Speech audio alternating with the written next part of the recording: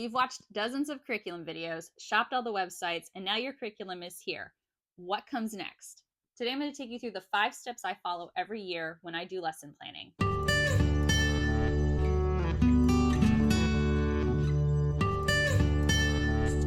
So I'm a planner. Always have been, always will be. I love my paper planner. I love my online planner. I love my to-do lists.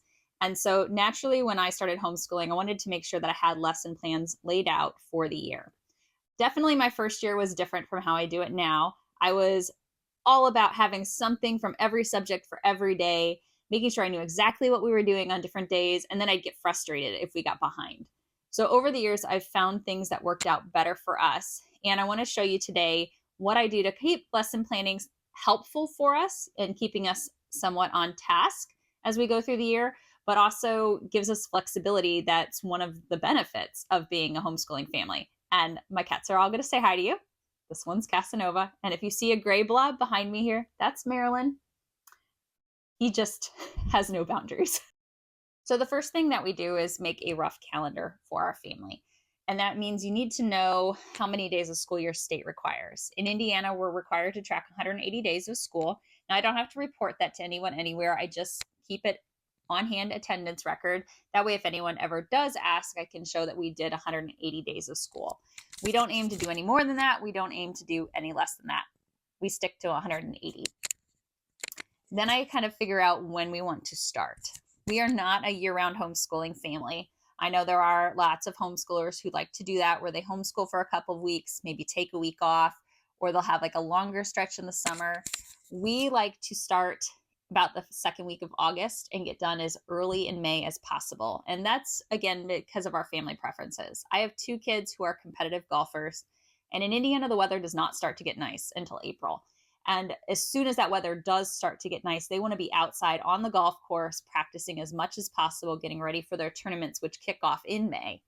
So we start early. We take as few breaks as possible because they want to be done and they want to have that long summer stretch so they can be out golfing. And we do a lot of 2-day tournaments and out-of-town tournaments and things like that. So it works for us, and you got to do what works for you. So I go in and I mark off roughly when we're going to start and then when we're aiming to end, and then I put in our breaks. We take like 2 days off the week of Thanksgiving, Thursday and Friday. We don't take any like minor holidays off. Like the kids usually don't want us to take Labor Day off and things like that, or President's Day. We just don't see the point. We don't have anything special going on those days. So we just do school. We only take a week off for Christmas, which I know sounds really light. We did one year where we took 3 weeks off because I thought, oh yeah, we'll have all this time. We'll go and do all the things. And the thing is that we all started to get kind of bored during the day. We wanted something to fill the day. So the next year we tried 2 weeks, and then the kids finally said, can we just do a week? Because we don't have to travel out of town for the holidays. Our family all lives in town, and we just, again, they were getting bored and they wanted to use that winter time when the weather here is pretty much garbage to get the school year done, so that way they can be finished for the year when the weather starts to get nice. We do take a week off for spring break, just for a mental break for everybody, and also if we need to travel and things like that. So that's the first start, is I get a rough calendar done. You can even mark in other things, like I'll take 2 days off with the kids when we have an out-of-town basketball tournament in the winter, because I am not going to try to do school and travel and handle basketball all at the same time. So step 2 is to start looking at your individual lesson plans. See how many lessons they have. And you can typically find this in the scope and sequence part of the teacher guides, or just looking at how they have things set up for the student in the front. Every curriculum will be different. For example, our IEW programs, our Fix-It Grammar, typically only have about 32 to 33 weeks of material, and they are designed to be done 4 days a week. And so that is how we use it. Whereas their writing programs will have anywhere from 29 to 30 weeks of themed lessons. And each week is different. Some of them make more sense to do over 4 days. Some make more sense to do over 5. Our Saxon Math, this year, my daughter's Saxon Math program only has 129 lessons. And then she's got a test every 5 lessons. So she would be, there's comparatively to like her BJU distance learning, which has a full 180 lessons, she's got far fewer lessons for algebra. And then some of them you might want to look at and decide if you're going to flex. For example, this is my teacher guide for my son's BJU literature. And it has like a scope and sequence on here that tells me like how to break it down if I wanted to do it over one semester or two, and what the assignments would be. Now we're going to do literature year round, but there's a lot of things that they've added in there that we don't do, like writing lessons and things like that.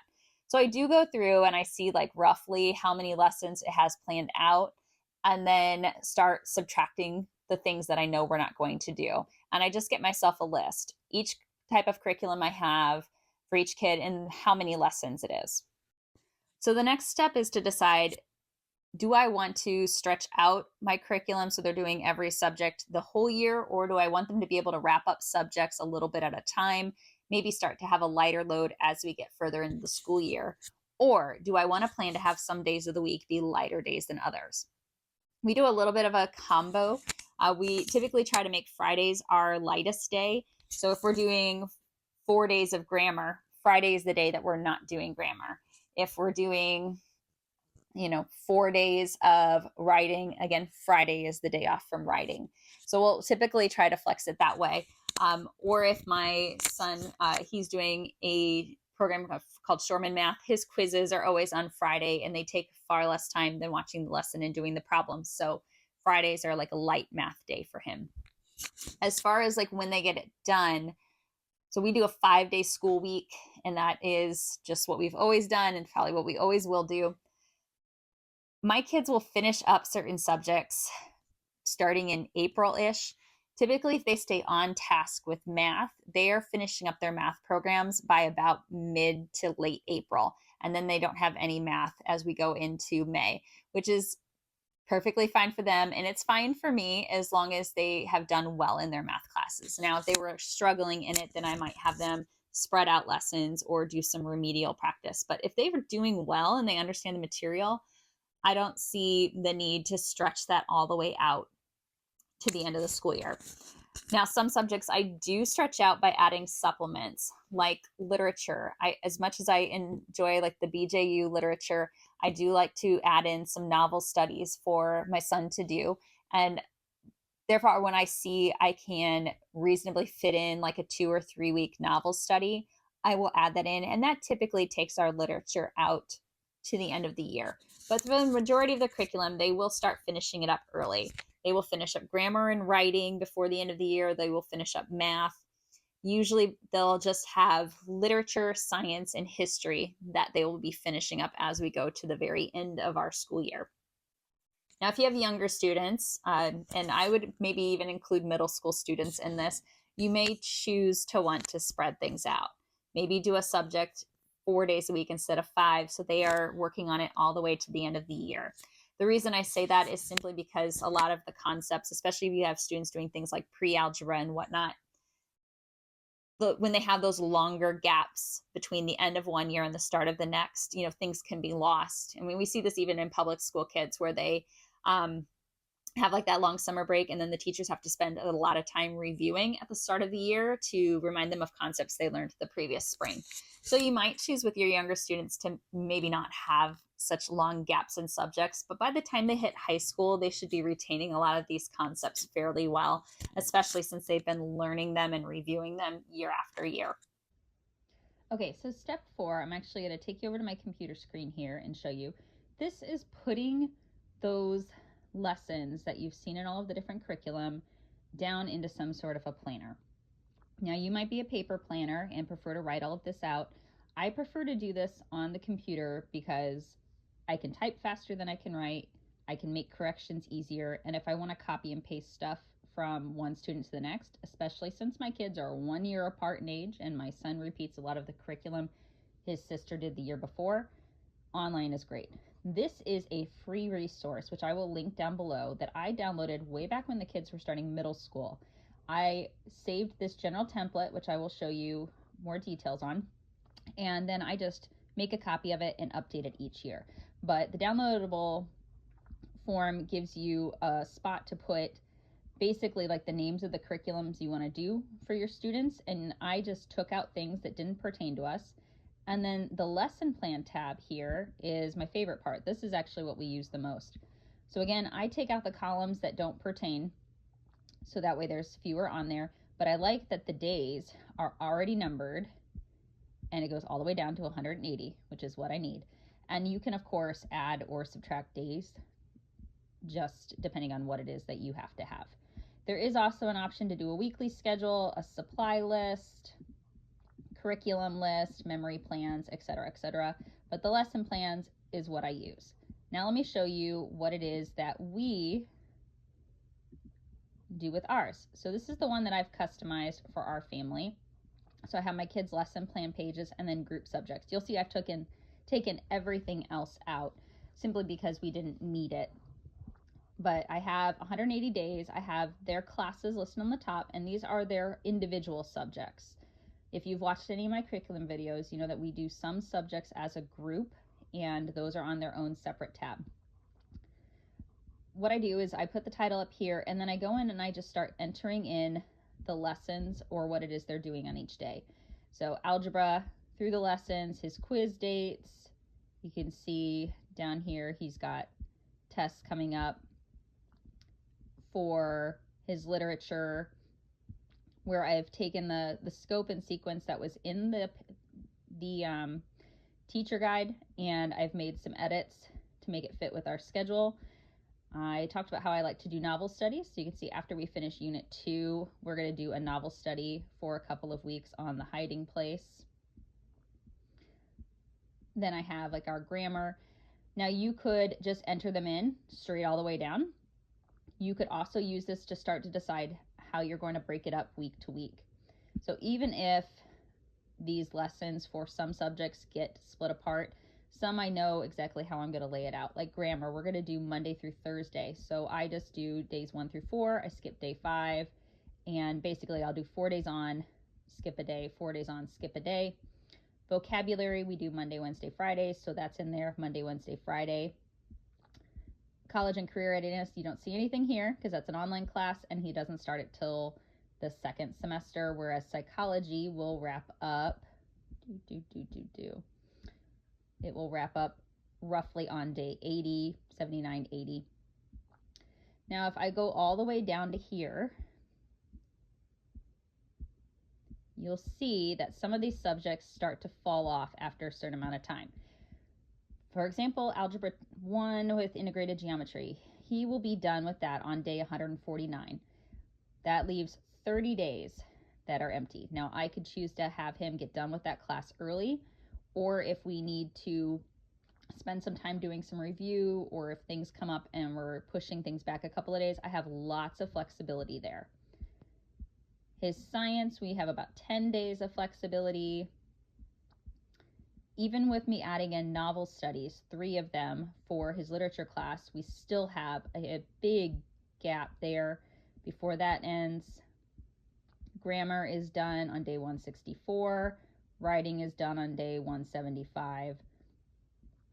And this is that college and career class, basically 2 days a week. They spend 30 minutes working on those online classes, and he'll get through it probably before we get to the end of the year.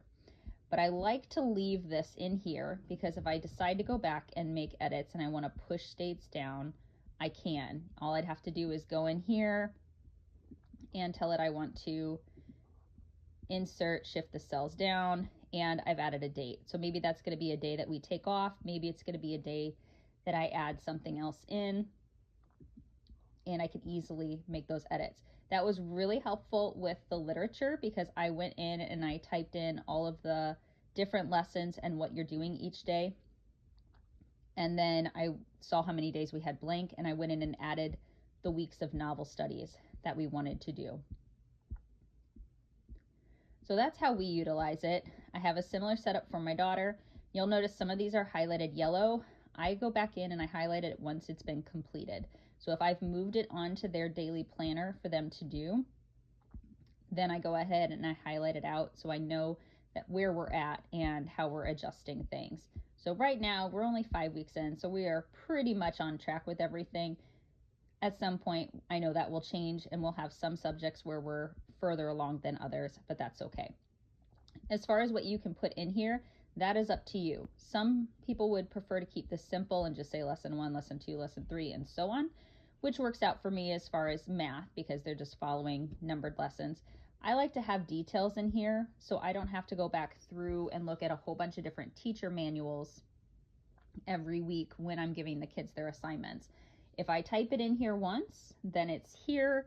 I can easily copy paste this into their daily planner that I print out for them. I can, again, make adjustments. If I know I'm going to do it differently for the next kid the following year, I can make those changes in here and know about them.